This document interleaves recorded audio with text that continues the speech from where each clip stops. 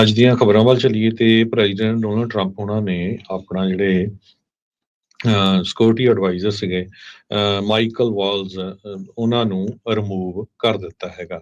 ਸੋ ਉਹਨਾਂ ਨੂੰ ਯੂਐਸ ਦੇ ਜਿਹੜੇ ਐਂਬੈਸਡਰ ਆ ਯੂਨਾਈਟਿਡ ਨੇਸ਼ਨਸ ਉਹਨਾਂ ਦੇ ਲਈ ਬਣਾਇਆ ਗਿਆ ਆ ਤੇ ਸੈਕਟਰੀ ਆਫ ਸਟੇਟ ਮਾਰਕੋ ਰੂਬੀਓ ਉਹਨਾਂ ਨੂੰ ਇੰਟਰਮ ਨੈਸ਼ਨਲ ਸਿਕਿਉਰਿਟੀ ਐਡਵਾਈਜ਼ਰ ਚੁਣਿਆ ਗਿਆ ਹੈਗਾ।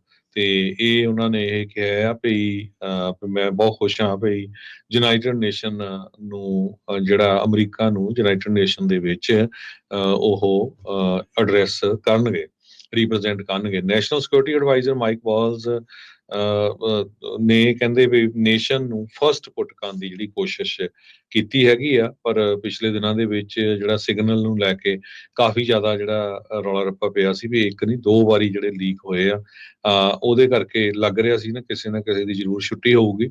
ਸੋ ਨੈਸ਼ਨਲ ਸਿਕਿਉਰਿਟੀ ਐਡਵਾਈਜ਼ਰ ਦੀ ਜਿਹੜੀ ਛੁੱਟੀ ਆ ਉਹ ਕਰ ਦਿੱਤੀ ਗਈ ਹੈਗੀ। ਜੀ ਉਧਰ ਇਹ ਵੀ ਜਿਹੜੀ ਰਿਪੋਰਟਸ ਹਰਜੋਤ ਸਿੰਘ ਜੀ ਆ ਰਹੀਆਂ ਵੀ ਜਿਹੜੇ ਪੈਂਟਾਗਨ ਦਾ ਆਪਣਾ ਇੰਟਰਨਲ ਵਾਚ ਡੌਗ ਆ, ਉਹ ਜਿਹੜੀ ਦੂਸਰੀ ਸਿਗਨਲ ਗੇਟ ਦੇ ਅਧੀਨ ਸਿਗਨਲ ਚੈਟ ਲੀਕ ਹੋਈ ਸੀ, ਉਹਨਾਂ ਨੇ ਜਿਹੜੇ ਡਿਫੈਂਸ ਸਕੱਤਰ ਹੈਗਸੈਥ ਉਹਨਾਂ ਨੇ ਕਿਸੇ ਨੂੰ ਪਹੁੰਚਾ ਦਿੱਤੀ ਸੀ। ਉਸ ਦੀ ਜਿਹੜੀ ਇੰਟਰਨਲ ਇਨਵੈਸਟੀਗੇਸ਼ਨ ਉਹਨਾਂ ਨੇ ਸ਼ੁਰੂ ਕੀਤੀ ਹੋਈ ਹੈਗੀ ਆ।